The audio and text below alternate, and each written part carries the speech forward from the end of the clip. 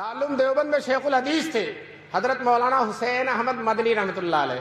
अंग्रेज उनसे डरता था, जाकर अंग्रेजों को ललकार, डरते नहीं थे, शेर की तरह दहाड़ते थे। तो अंग्रेजों ने सोचा इनको दारुल देवबंद से निकलवा दिया जाए। अगर ये दारुल देवबंद से निकल जाएंगे तो एक तो दारुल देवबंद का स्टेज बहुत बड़ा और दोनों मिलकर बड़ी ताकत हो जाती है और हमें नुकसान बहुत होता।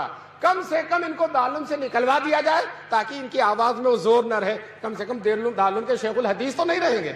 लेकिन चूंकि दारुल देवबंद अंग्रेजों से एक पैसा नहीं लेता था तो अंग्रेज उस पर कोई आर्डर भी नहीं दे सकता था। जो अंग्रेजों के तरफदार थे, अंग्रेजों से मिले हुए थे, अंग्रेजों ने हैदराबाद के नवाब को आमादा किया कि आप दारुल देवबंद में चंदा देते हैं, आपका असर और रसूख है, आप अपने असर और रसूख को इस्तेमाल करके मौलाना मदनी जो हमारे सबसे बड़े मुखालिफ हैं दारुल देवबंद से उनको निकलवा दीजिए। यह हैदराबाद के नवाब से अंग्रेजों ने कहा। नवाब ने ना खत लिखा और दारुल देवबंद के मोहतमीम हकीमुल इस्लाम कारी तैयब साहब रहमतुल्लाह अलैह थे। खत ये लिखा, मोहतमीम साहब को मालूम हो कि मौलाना मदनी को मदरसे से निकाल दिया जाए, अगर उनको नहीं निकाला जाएगा तो हम इतनी बड़ी रकम जो चंदे में देते हैं बंद कर देंगे। हजरत कारी तैयब साहब को इन बूढ़ों ने देखा होगा, हकीमुल इस्लाम लताफत की बातें उनकी जबान से निकलती थी। चुनांचे हजरत ने जवाब दिया, अंग्रेजों को मालूम हो, नवाब हैदराबाद को मालूम हो कि मौलाना मदनी का मदरसे में रहना अंग्रेजों के लिए बहुत मुफीद है। क्यों? हम उनको हफ्ते में 6 दिन छुट्टी नहीं देते, बुखारी जुमे के 1 दिन छुट्टी के मिलते हैं, मुल्क में कहीं जाकर अंग्रेजों को ललकारते हैं।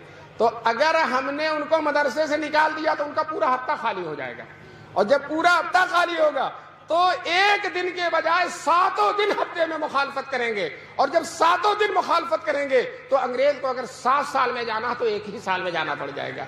इसलिए अंग्रेजों की भी भलाई इसे बंद रखा जाए और मौलाना को मदरसे में। ये कारी तैयब साहब ने जवाब लिखा।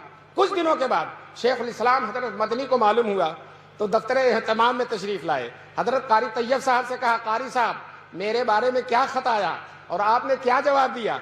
तो कारी साहब ने कहा, खत हैदराबाद का खत और अपना जवाब शेख मदनी के सामने संजीदगी से वक़ार और तमकनत से मुताला करके कहा, मोहतमीम साहब दूसरा खत लिखिए और ये लिखिए कि नवाब साहब आपने धमकी दी है कि आइंदा चंदा बंद कर देंगे।